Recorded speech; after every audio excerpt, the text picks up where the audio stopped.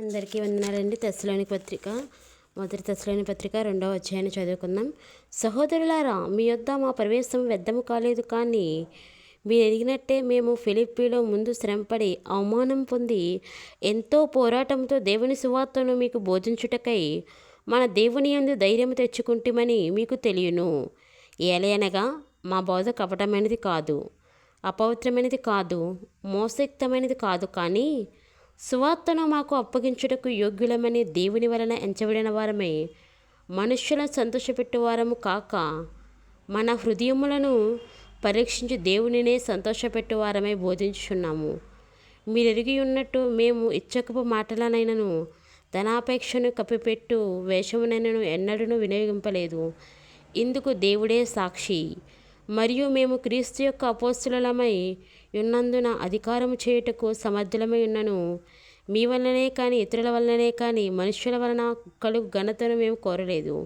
అయితే సంయమించు తల్లి తన సొంత బిడ్డలను గారవించినట్లుగా మేము మీ మధ్యను సాధువులమై ఉంటిమి. మీరు మాకు బహుప్రియులై ఉంటిరి గనుక మీ అందు విశేషాపేక్ష గలవారమై దేవుని సువార్తను మాత్రము గాక మా ప్రాణములను కూడా మీకు ఇచ్చుటకు సిద్ధపడి ఉంటిమి. అవును సహోదరులారా, మా ప్రయాసమును కష్టమును మీ జ్ఞాపకం ఉన్నది కదా. మేము మీలో ఎవరికైనాను భారముగా ఉండకూడదని రాత్రింబగలు కష్టం చేసి జీవనము చేయొచ్చు మీకు దేవుని సువార్త ప్రకటించితిమి. మేము విశ్వాసులైన మీ ఎదుట ఎంత భక్తిగాను నీతిగాను అనన్యముగాను ప్రవర్తించితిమో దానికి మీరు సాక్షులు. దేవుడును సాక్షి.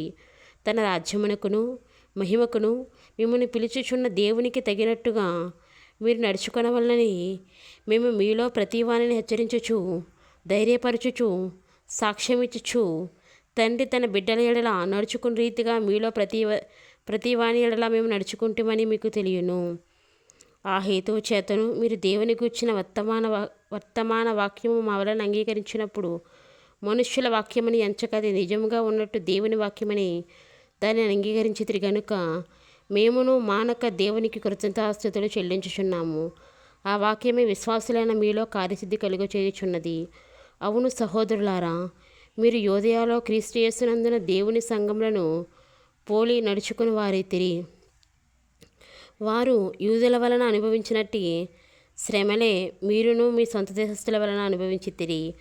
ఆ యూదులు తమ పాపములను ఎల్లప్పుడూ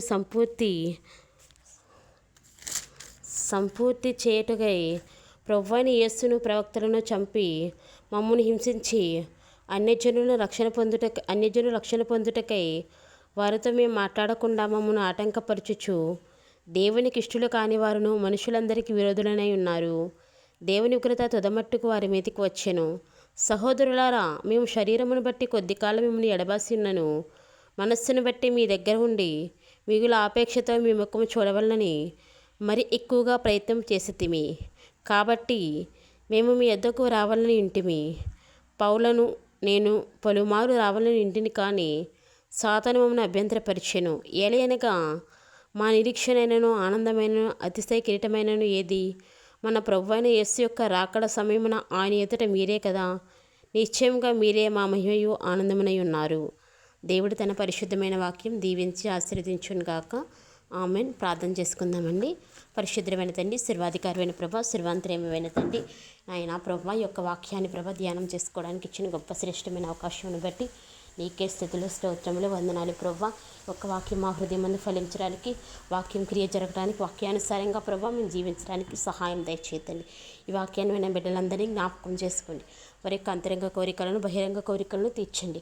వారి జీవితాల్లో ప్రభా ఆటంకంగా ఉన్న ప్రతి అభ్యంతరాన్ని తొలగించి వారికి ఏదైతే అసాధ్యంగా ఉందో దాన్ని మీరు సాధ్యము చేసి ప్రతి కార్యాన్ని మీరు సఫలం చేయమని యేసయ్యా నాయన వారు చేసే ప్రతి ప్రయత్నాన్ని మీరు సఫలం చేయండి. అయ్యా తండ్రి, ఎల్లప్పుడూ నీ కృపా కాపుదల కంచె వేసి నడిపించండి. దేవ, యోబు చుట్టూ కంచె వేసినట్టుగా నీ బిడ్డలైన వారి మీ కంచె వేసిన వారి యొక్క ప్రయాణములందు మార్గములందు కాపుదలిమ్మని యేసు నామములో వేడుకుంటున్నాం తండ్రి. ఆమేన్.